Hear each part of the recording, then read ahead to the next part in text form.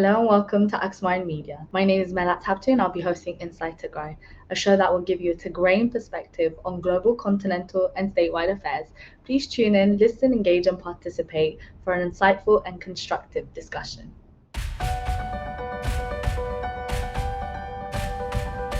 Hello everyone, thanks for joining.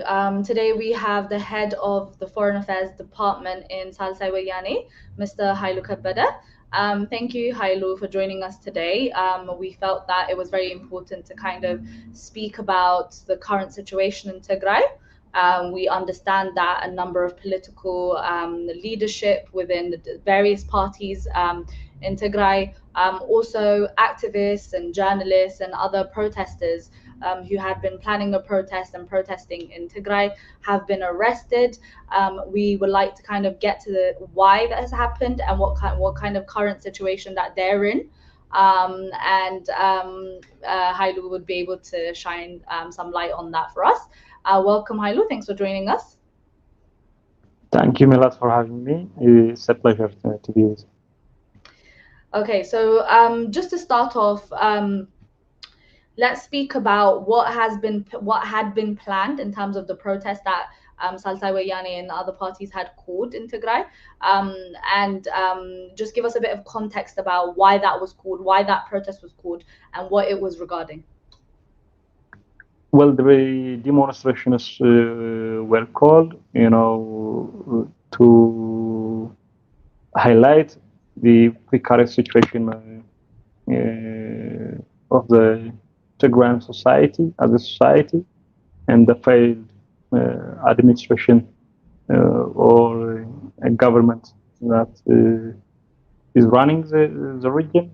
Well, we cannot say the region; it's almost half a region now. So the main agenda was, to highlight all these problems that our society is, suffering from. One of the main agendas was, the territorial integrity of Tigray should be respected. The IDPs should be returned to their homes. The aid should be resumed. Law and order should be, should prevail in Tigray. Criminals should be brought to justice. Tigrayans should not be killed. All these women should not be raped in Tigray. These are the main messages, but all these messages are under the theme that there should be an alliance for radical change in Tigray. We cannot, leave all these questions to be handled by an incompetent administration in Tigray. So there should be a breakthrough, a radical change from, the old practices that Tigray has been experiencing over the last 30 years, especially. So this is the main goal, bringing a radical change to the modus operandi of the Tigray governance. The state of affairs in Tigray should be changed. What do you mean by radical change exactly? Radical change could go various ways. Radical change could mean a violent coup. It could mean a simple protest or an ideological change. What kind of radical change were you guys aspiring for? Well, the kind of change that law and order should prevail, that criminals, warlords, people who own their own prisoners should be brought to justice.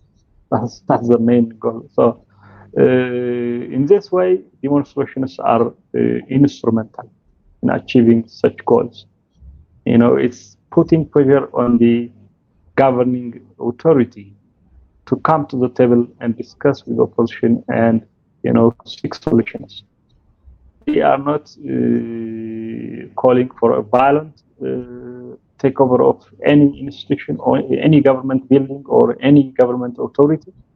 We are only demanding a peaceful demonstration to pressure the government or what we call it now, the Tigray interim administration, well, I usually use the term Tigray, interim government when I speak to diplomats and other international organizations, because government is a big thing for Tigray. So I always use government, but we can use its administration as well, because they seem to to be happy to be called in that way. But as a Tigray nationalist, I would like to call it Tigray interim government. Anyways, this interim government should be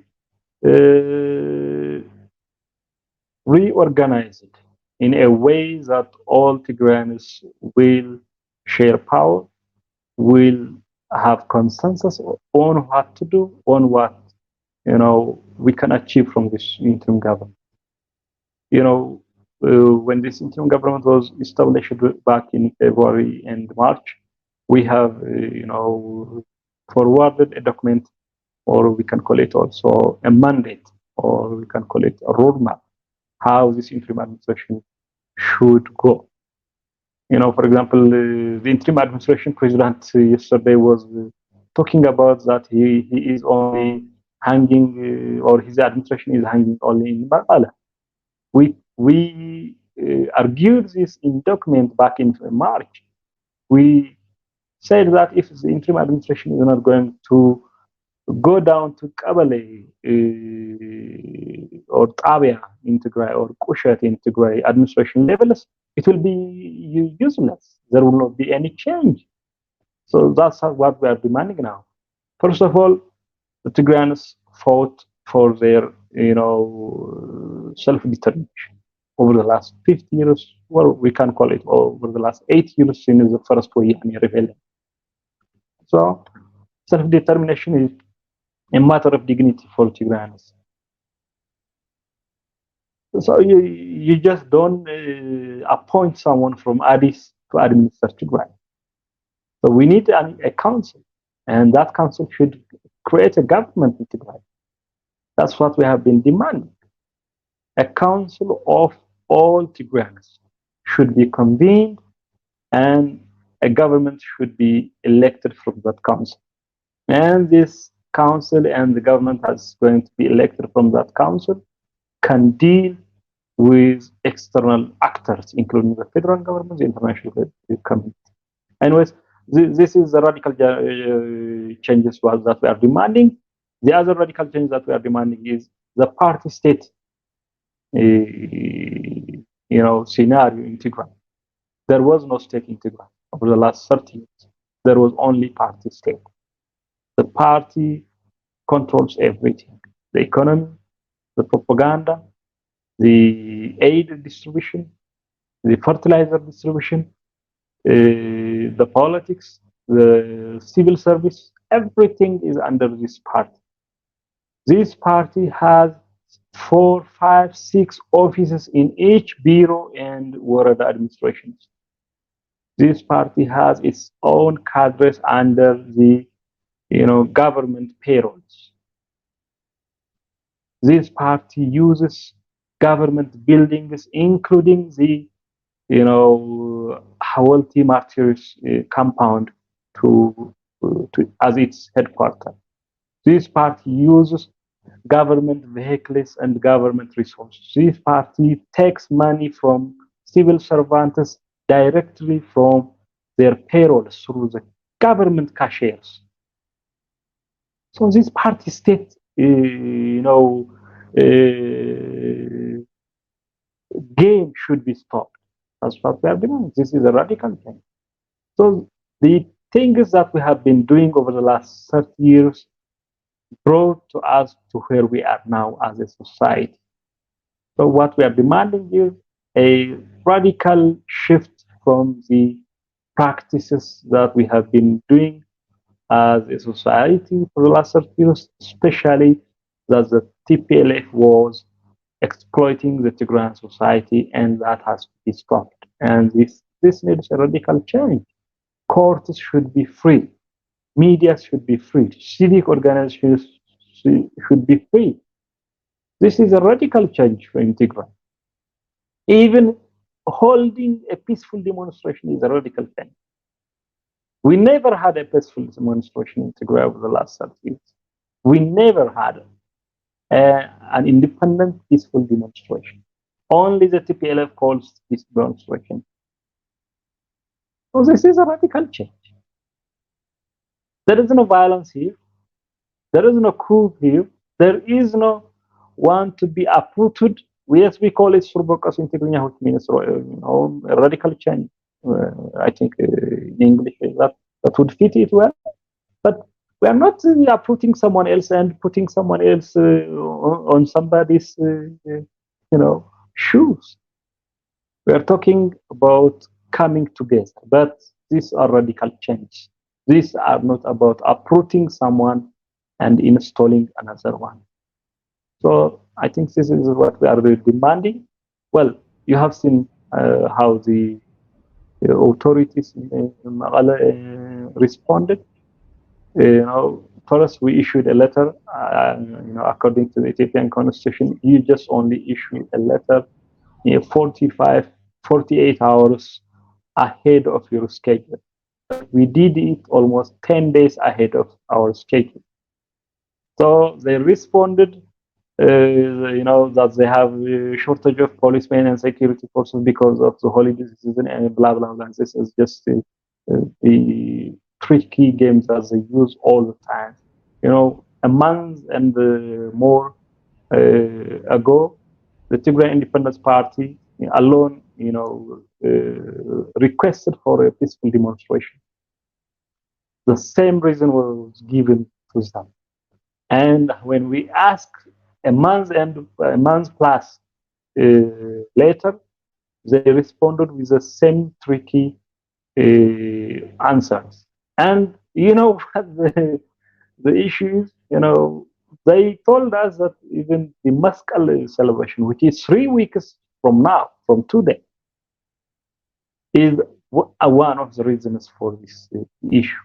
So what they are telling us is, even for 3 weeks from now, we can't have peaceful demonstrations. In societies where the government and the society or the opposition political parties or any civil politicians have trust, you would trust them. But these people are not to be trusted. As I told you, month plus ago, they used the same tricky methodologies to ban the Tigray Independence Party demonstration.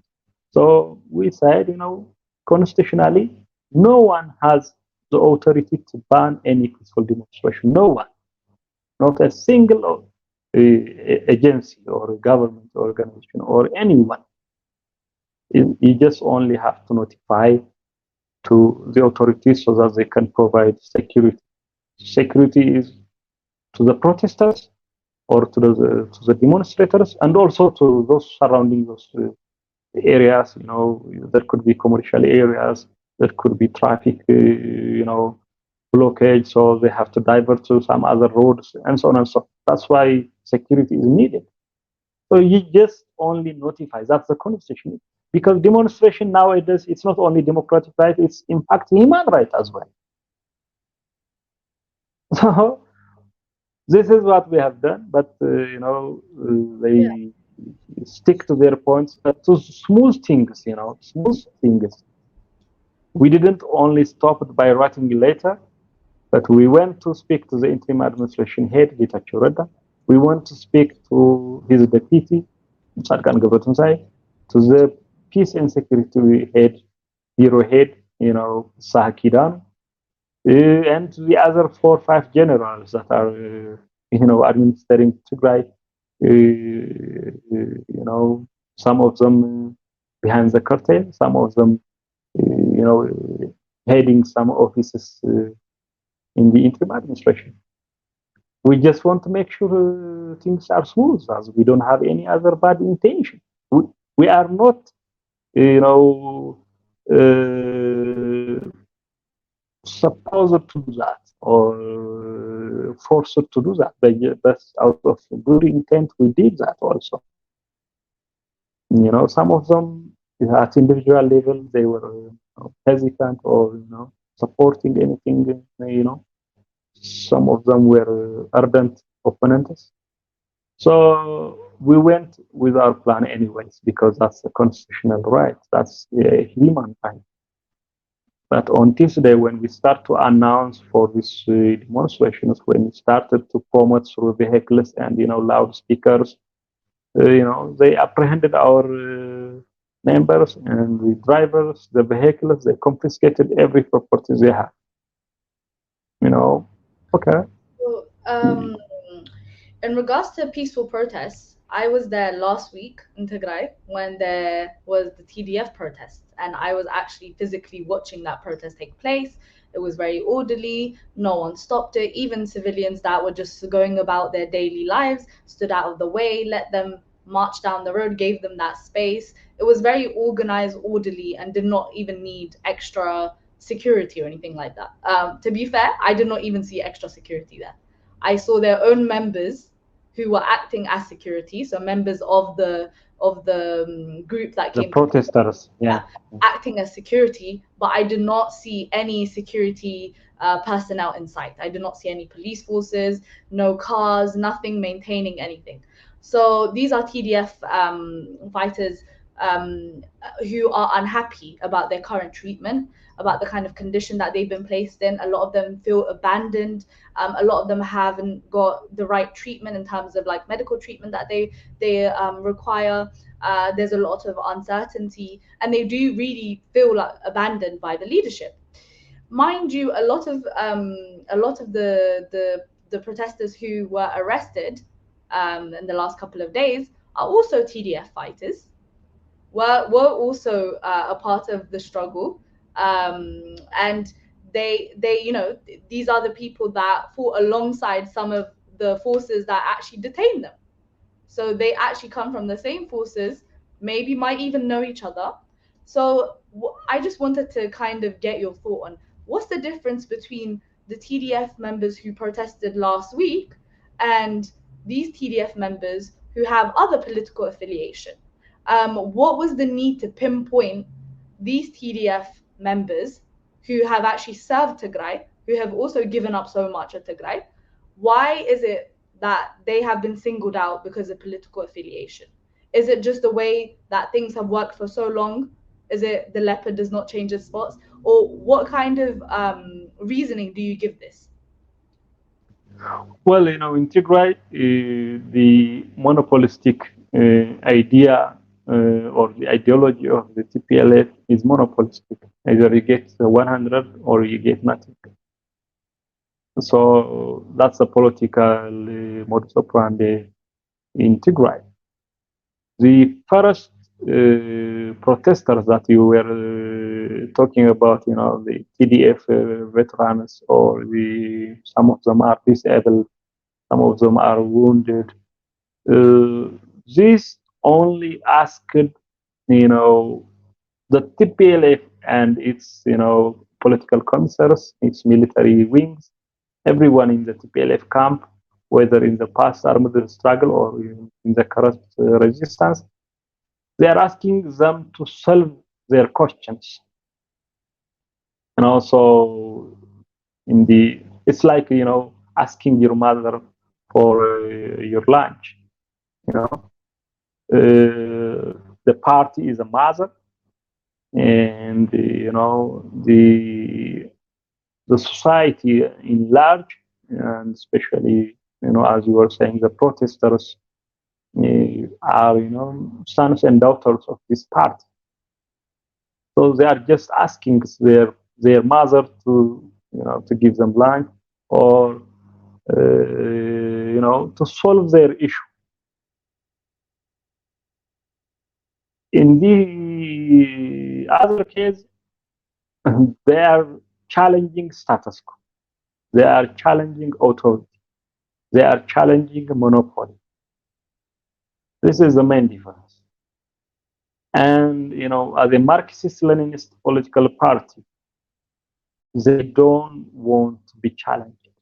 They believe that they are the vanguard party that's going to lead the society almost forever. That's the main problem. They don't see any other options. They don't come at parity. They don't come to a negotiating table, at parity. They want to come as a mother. Some of their members, unconsciously even, for example, they would call us, TPLF is your mother, so you have to respect it. Sometimes they would say that. It's unconscious, but it's an indoctrination. It's a result of a long time indoctrination in the armed struggle. And it's a political ideology that has been tried in Stalinist Russia. Don't you think that there's some type of truth in that? It's undeniable that TPLF has been the mother of parties that came out of Tigray. No, it has never been a mother. We are equally registered in the Ethiopian political domain. In terms of dominance and in terms of how in the fact that it was the initial party that had the representation of Tigray in Ethiopia as a whole. Is that what they mean when they mean mother, or does it mean we are obliged to obey the mother? That's what I'm saying. The mother will give you everything that's good for you. You don't challenge the mother. That's the message. That's the main message. You have to subscribe to this authority. You have to subscribe to this monopoly. You have to subscribe to this hegemony. Otherwise, you will not be treated well.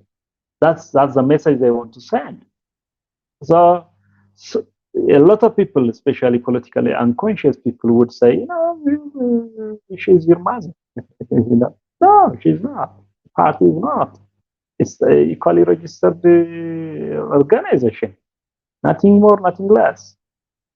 So that's what I'm saying. They don't want to come at equal parity. They would even tell you, for example, during the elections, they would say, even the opposition should vote for us. For some people, it seems a joke, but it's not. In the vanguard political theory, the vanguard party is the only political party that should govern.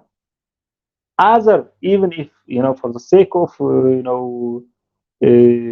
gain, even if there are civic organizations or mass associations or,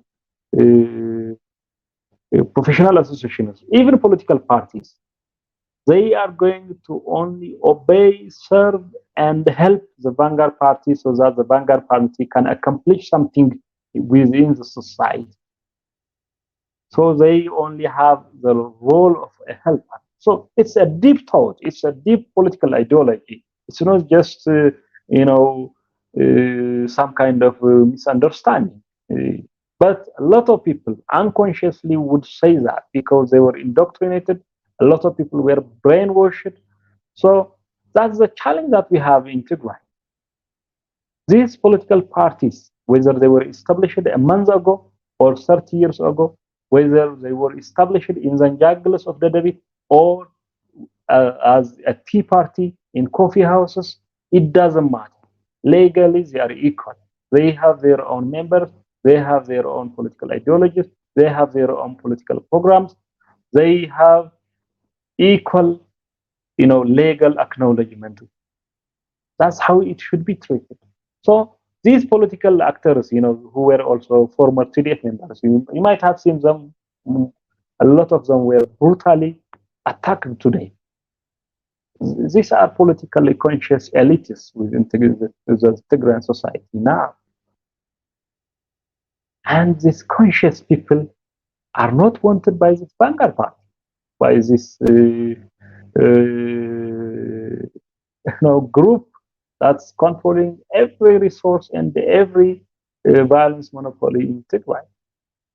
So the main difference, between the disabled and well-wounded TDF members and those politically conscious and politically organized, former TDF members is clear. The difference is that the ones who are challenging the status quo, they have political questions. The others are only demanding that their questions can only be solved by the TPLF, or they are only at least asking for the TPLF. At least the TPLF would want us to believe that, even if the TDF members that are wounded have questions which cannot be answered by the TPLF or the interim administration, but that's what they want to portray to the society. They don't want, to show that their authority is being challenged by a totally apolitical TDF members. That's what they want to show to the society as well. So I think this is the main difference. So one thing I would reflect on that, and you can correct me if I'm wrong here, is that the brainwash that you're speaking of is actually the lack of people's understanding of the separation of different entities. So they don't comprehend that a party cannot be the people and the people cannot be a party. So one thing that we've been told time and time again is that the TPLF are part of the people of Tigray, and the Tigray people are part of the TPLF. Again, this is where we used to before, argue a lot of the times during the war, for example, Wayane, the use of the word Wayane was used to describe the TPLF, but Wayane is not the TPLF. Wayane is a movement, right? So these are the kind of things, the differentiation between certain entities the line has not been drawn. So it's now used very interchangeably, where the political party can, at a point where it's necessary for them to use, click their fingers and say this is the people's voice, when really it's the party's voice. So do we not have to make our society conscious about the different separation that is needed between the different entities within our society, like the political entities, the religious entities, all these different institutions need separation from the people. The people are regular citizens who have no political affiliation or who may choose or vote a certain way, but are technically not a part of that party or are not leadership within that party. So again, like there's that Hizbawi aspect of it that people like to use interchangeably, to kind of hide behind this whole there's no separation, therefore everything is very blurred. And I think that the lack of consciousness when it comes to that is a bit of an issue for us. Instead of people being brainwashed, they don't comprehend that the party in itself has certain responsibilities that the people should not have, and the people have certain responsibilities that the party should not have, right? So, and I think that's that level of consciousness we need to. That's the main problem in the Tigrayan political domain, and in order to confuse the society, or in order this to ambiguity to continue, the TPLF continued to control the civic society and the media, because the awareness creation should have been done mainly by media and civic organizations. But these civic organizations and media were only subservient of the TPLF, because most of them were created either in the armed struggle, so they have this nostalgic affiliation, and also, in fact, the party made them as its own wings.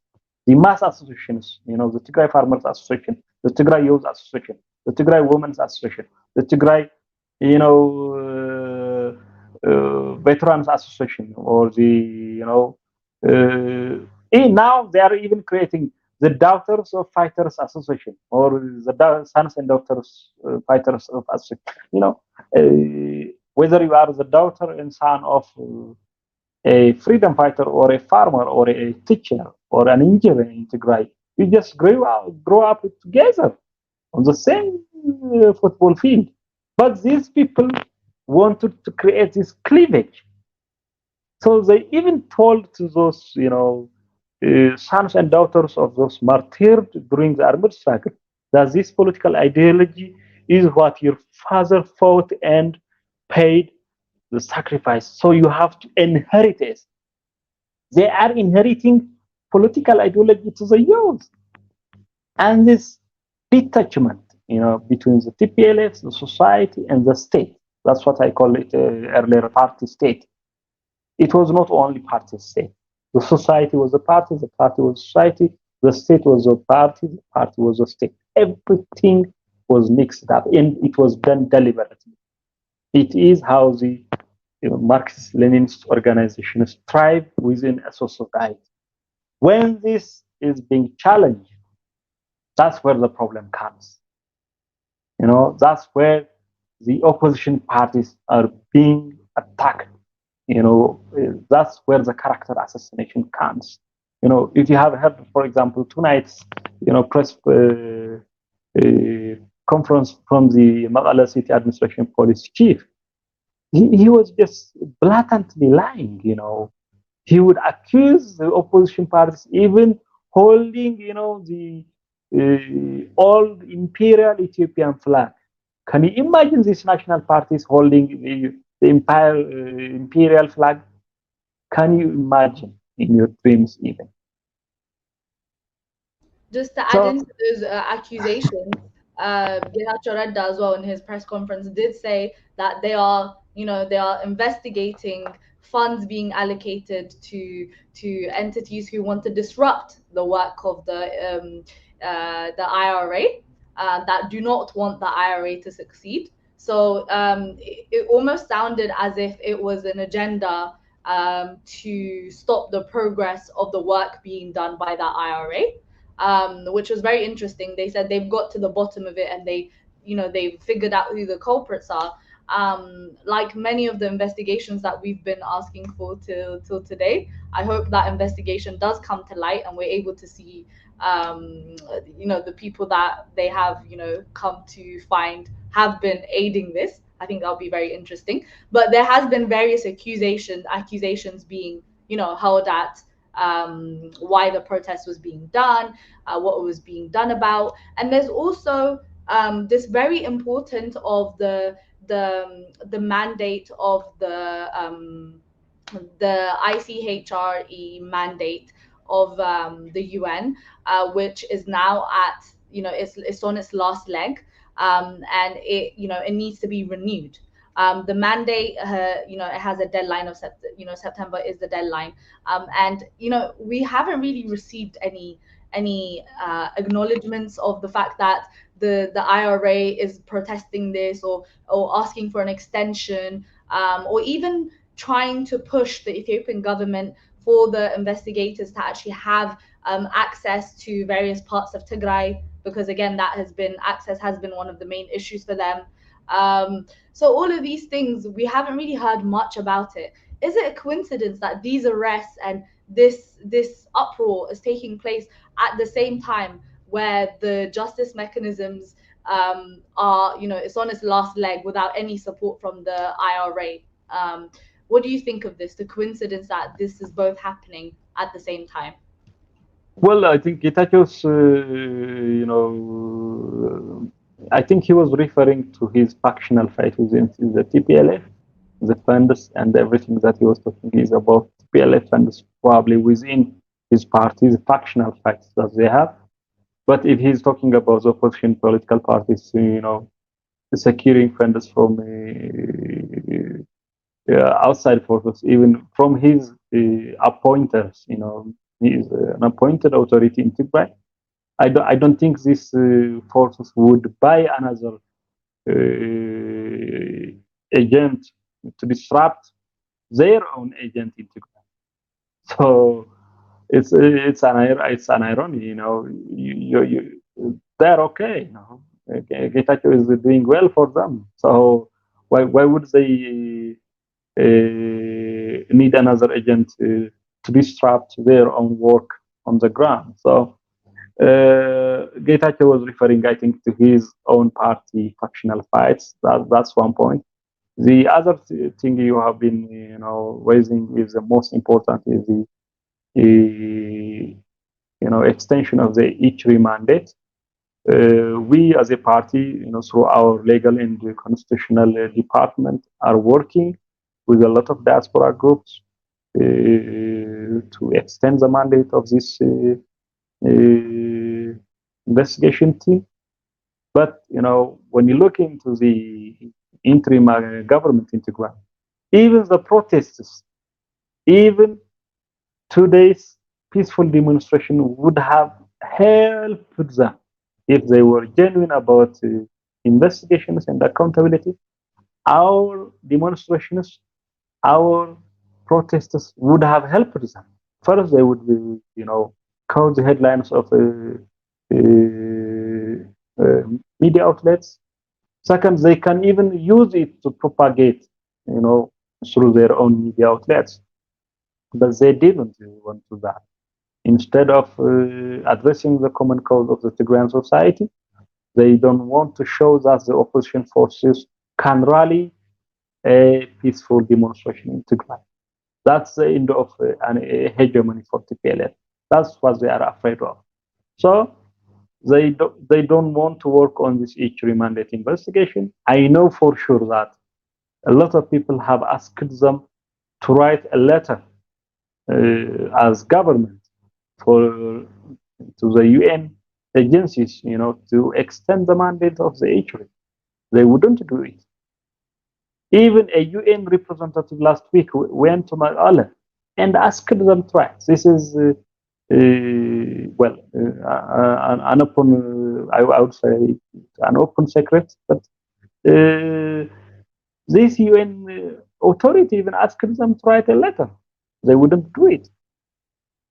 Not only that, there is this commission which was established by the TPLF-led council I think 2 years ago, the Commission for the study of the genocide. They were asked to hand over their documents to a lot of diaspora groups and institutions working on this issue. They wouldn't hand over their fundings or their documents or their data that they have gathered through the Tigrayan taxpayers' money. They use taxpayer money to collect this data, but they wouldn't share it with other Tigrayan institutions, and they wouldn't, use it, to extend the mandate of the H3. So this is the most important issue in Tigray, but this interim government wants us to talk about,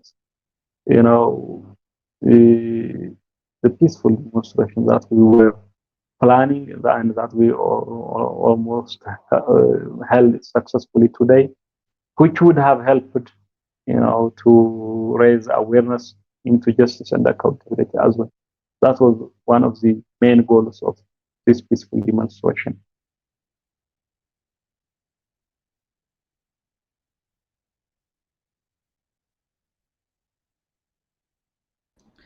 So one of the things that I kind of have observed is that the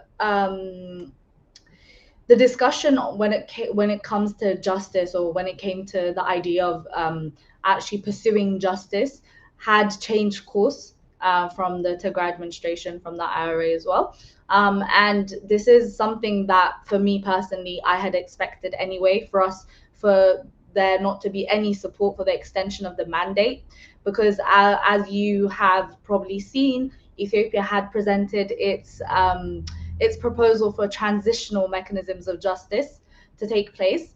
And one thing that we've continuously heard from various interviews and panel discussions, even ones that I had actually moderated not so long ago, was that the idea of peace will triumph before justice. And it's only after peace that justice will come. And there seems to be a sound understanding of that coming from the leadership.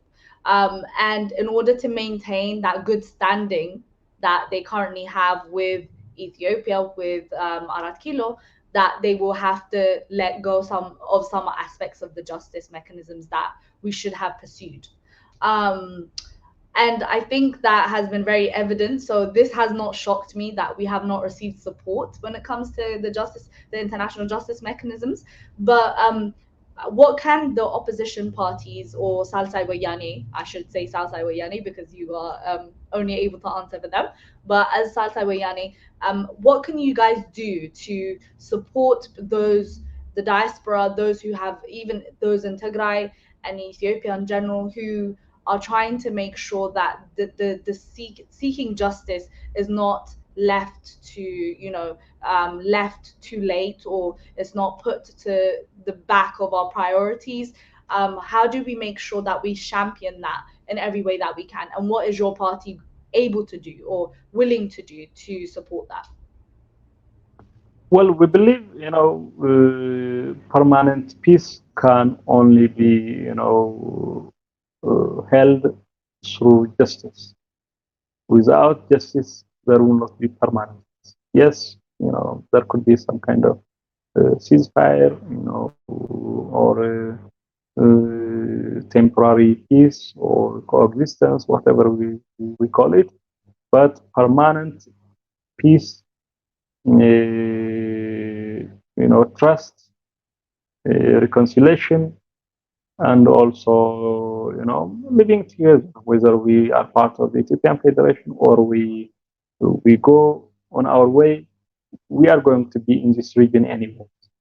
We are going to be in this Horn of Africa region. So we want to be at peace with our neighbors as well. So peace can only be, sustained through justice. That's the belief in our party. That's, I think, also, a general truth. So we are doing as a party, to cooperate with a lot of, the diaspora-based, civic organizations. We are, exchanging data. We are pushing and, pressuring a lot of institutions, including Human Rights Watch, Amnesty International, the diplomatic community, the European Union, especially, to extend the mandate of the eatery. So that's what a political party can do. We don't have the resources to, to study our own investigations or to conduct our own investigations. The so-called government in Tigray, which conducted and gathered a lot of data through public resources, is not able to share its findings. But at least we are doing what we can with the limited resources and manpower we have. So pressuring, cooperating with the diaspora-based civic organizations, campaigning and advocating for justice is what we can do. But opposing the transitional justice is also one way of doing it. There will not be a justice to our society through this so-called transitional justice system. A genocide has been committed on the people of Tigray, and a genocide cannot be,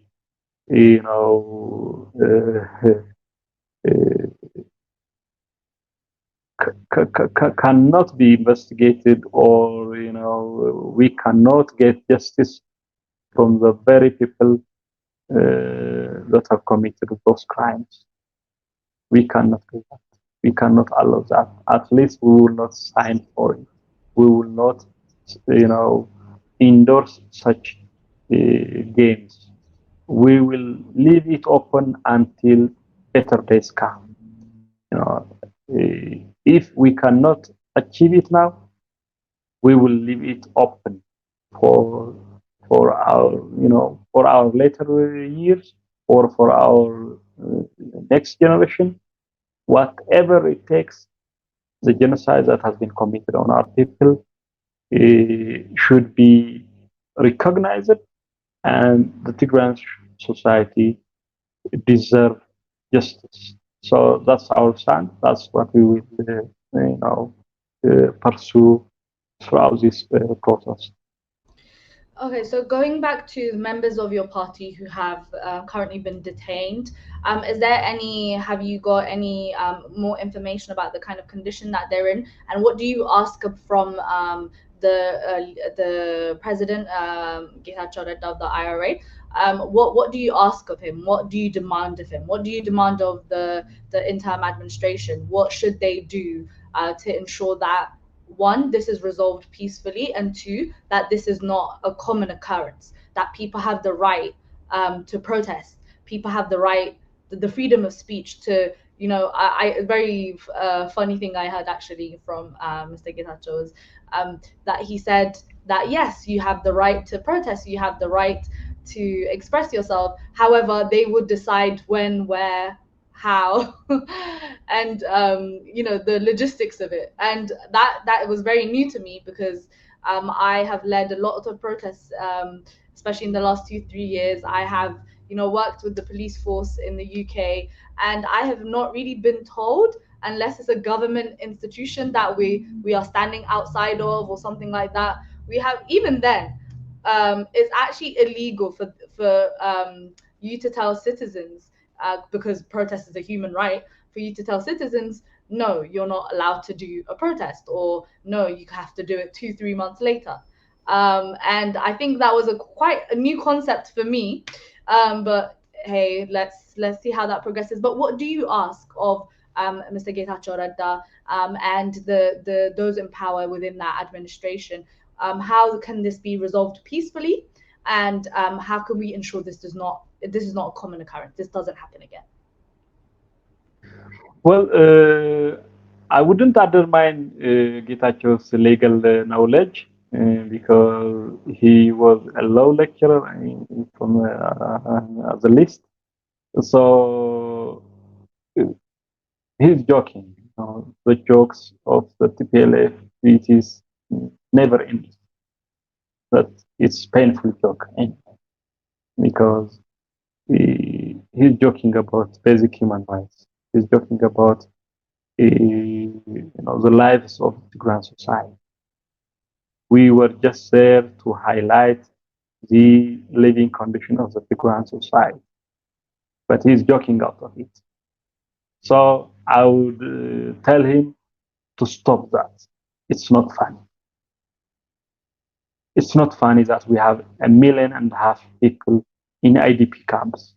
It's not funny that our society is still being ethnically cleansed from, Western divide. It's not funny that your mother is under IDP camp. It's not funny that women are being dragged in the streets of Mekelle and killed.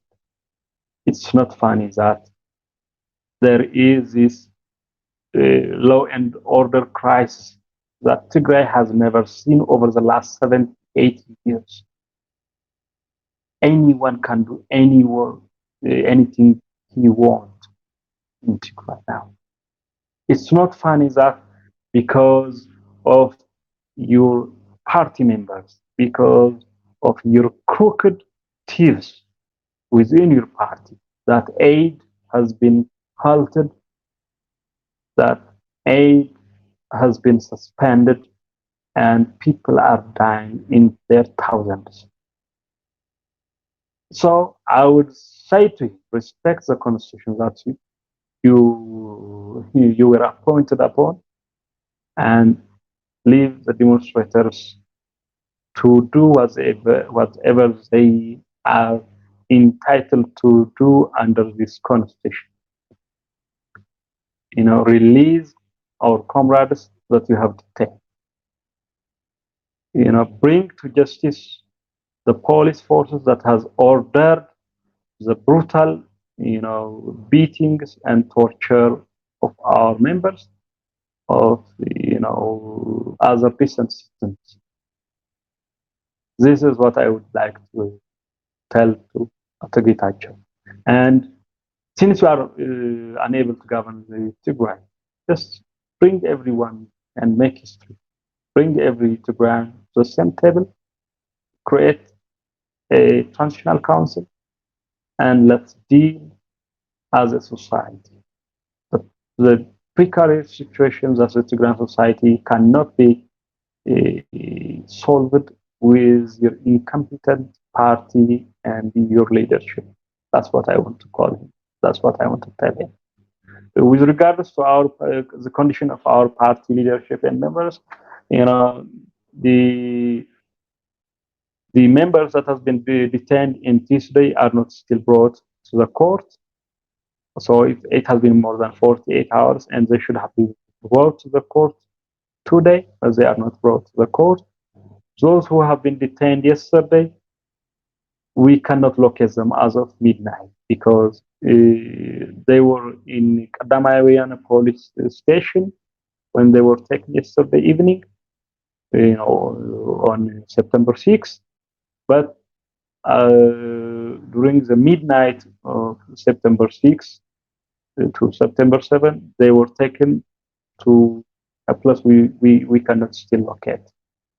These are the top leadership of our party, the Tigray Independence Party chairman, and also the 2 members of the executive committee of the Baitona party.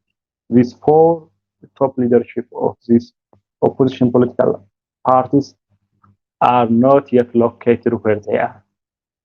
As those who were detained today from the Romanat Square while they were expressing themselves, while they were demonstrating, we know that they are in different police stations, and we know most of them are not taken to hospitals because they were brutally beaten on their heads, on their shoulders.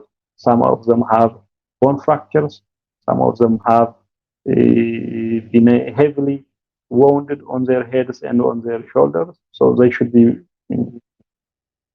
get medical aid, and they should be released immediately. All of them should be released immediately. So this is what we want to, what we want to tell to the interim government, if it exists anyways. Yeah, that's what I can say. You are muted, Inela. Thank you so much, Hailu, for this discussion, for telling us, giving us more context about what is currently happening and why the protest in itself was called in the first place. I hope this clarifies for a lot of people what the intentions were behind the protest, and I hope this highlights that the protest did not have ill intentions, was merely an expression of matters that were important to the protesters and to the political parties as well, and thus was just an expression of freedom of speech and should not have led to the detainment of all these different leaders within different various parties, but also just activists, journalists, and anyone who actually was out there expressing themselves.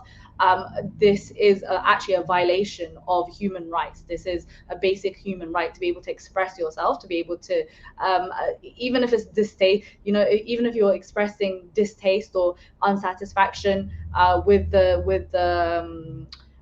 administration or those in power, you have every right to do so. And creating the society that actually makes you feel as if that is against the law in itself is very problematic. And we do hope that people rally behind those who have been detained and do ask for their release immediately. And we do hope that the administration is able to reflect on these actions and see what kind of anger that it has actually created amongst a lot of people, and make sure that these kind of things are not repeated and this does not become a part of accepted a part of our society.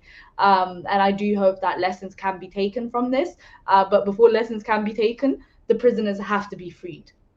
Those who have been detained have to be freed. The basic human rights has to be restored. And it's very ironic to me. I was mentioning this today, is that when it comes to things like robbery and crimes against like civilians, we don't see much of a presence of security forces. But when it comes to the expression of of one's political opinion or certain dissatisfaction with administrative figures or issues, suddenly I saw many blue uniforms, which I did not have the luxury to see during the day when I was roaming in Nogale. So I do hope that we do have our priorities in the right place, that protection of civilians, security for civilians comes first before using those forces to detain those who were actually your comrades a couple of months or less than a year ago. And I do hope that we can learn our lessons from this. Thank you so much, Hailu, for being here today, for having this great discussion with me, and hopefully you were a guest before and you'll definitely be a guest again. Thank you, Hailu. It has been a pleasure, Melat. Yes, definitely, I will come whenever you call me. So thank you very much for the lovely stay we had. Thank you. Thank you for watching Inside Tigray. We will be back next time with more topics and more guests.